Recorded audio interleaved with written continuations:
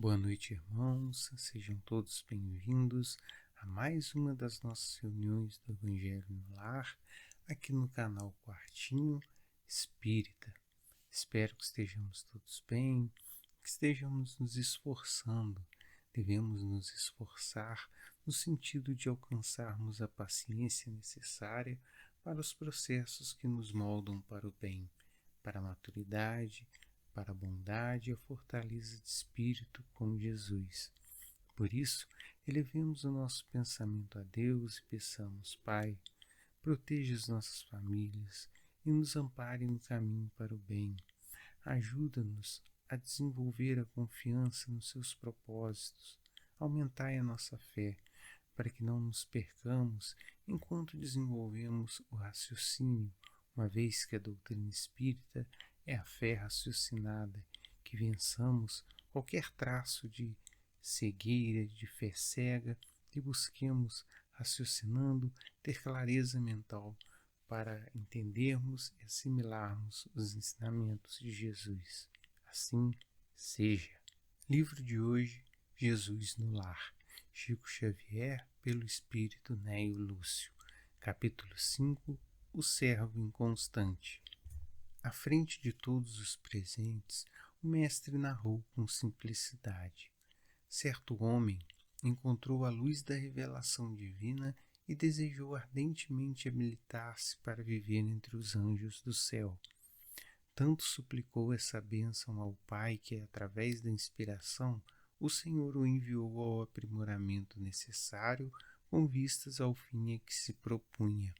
Por intermédio de vários amigos, orientados pelo poder divino, o candidato, que demonstrava acentuada tendência pela escultura, foi conduzido a colaborar com o antigo mestre em mármore valioso.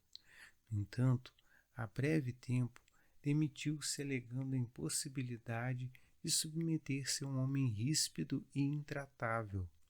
Transferiu-se, desse modo, para uma oficina consagrada à confecção de utilidades de madeira, sob as diretrizes de velho escultor. Abandonou-o também, sem delongas, asseverando que lhe não era possível suportá-lo. Em seguida, empregou-se sob as determinações de conhecido operário especializado em construção de colunas em estilo grego. Não tardou, entretanto, a deixá-lo, declarando não lhe tolerar as exigências. Logo após, entregou o seu trabalho, sob as ordens de experimentado escultor de ornamentações em arcos festivos, mas, finda uma semana, fugiu aos compromissos assumidos, afirmando haver encontrado um chefe por demais violento e irritadiço. Depois, colocou-se sob a orientação de um fabricante de arcas preciosas, de quem se afastou em poucos dias, a pretexto de se tratar de criatura desalmada e cruel. E assim, de tarefa em tarefa, de oficina em oficina, o aspirante ao céu dizia invariavelmente que lhe não era possível incorporar as próprias energias à experiência terrestre, por encontrar em toda parte o erro, a maldade e a perseguição nos que o dirigiam, até que a morte veio buscá-lo à presença dos anjos do Senhor. Com surpresa, porém, não os encontrou tão sorridentes quanto aguardava. Um deles avançou triste e indagou: Amigo, por que não te preparaste ante os imprevistos do céu? O interpelado, que identificava a própria inferioridade nas sombras em que se envolvia, clamou em pranto que só havia encontrado exigência e dureza nos condutores da luta humana. O mensageiro, no entanto, observou com amargura: O Pai chamou-te a servir em teu próprio proveito e, não a julgar. Cada homem dará conta de si mesmo a Deus. Ninguém escapará à justiça divina que se pronuncia no momento preciso. Como pudeste esquecer tão simples verdade dentro da vida? O malho bate a bigorna, o ferreiro conduz o malho, o comerciante examina a obra do ferreiro, o povo dá opinião sobre o negociante e o Senhor, no conjunto, analisa e julga a todos. Se fugiste a pequenos serviços do mundo, sob a alegação de que os outros eram incapazes e indignos da direção, como poderás entender o ministério celestial? e o trabalhador inconstante passou as consequências de sua queda impensada.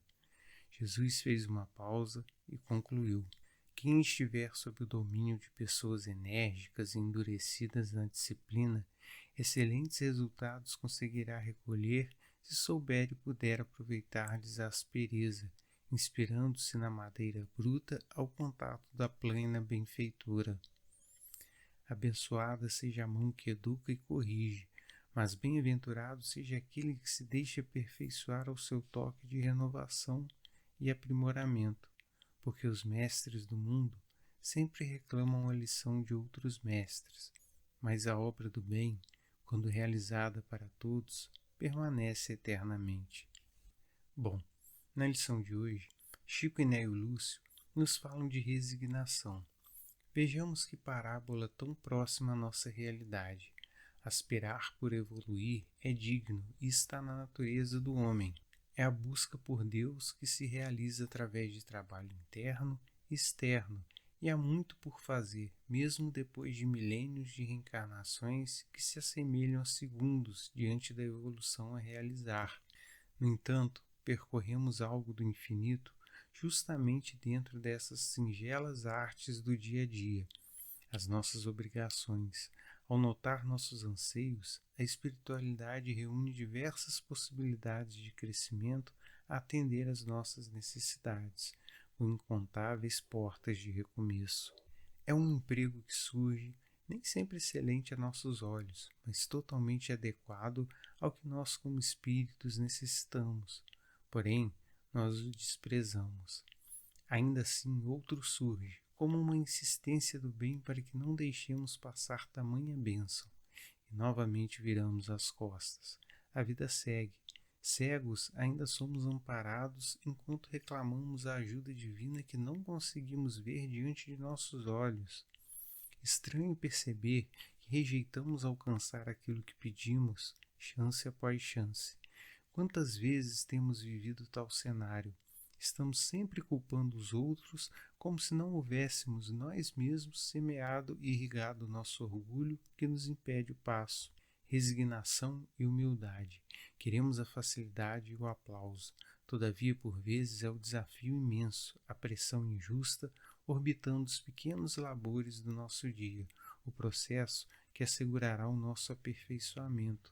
Não se trata da morbidez de achar o sofrimento algo bom, mas de reconhecer o seu impacto e do aprendizado que só ele muitas vezes permite. Vejamos o quadro vivido pelo Divino Mestre.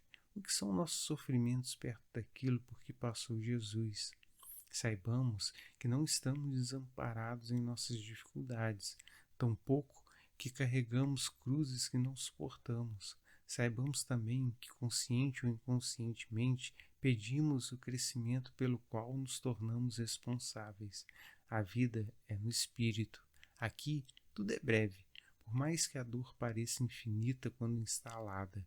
Procuremos imitar o Cristo em sua resignação inabalável e ainda jamais desprezemos o imenso valor das nossas menores atividades e do quanto a disciplina e a obediência podem moldar um caráter que um dia será invencível.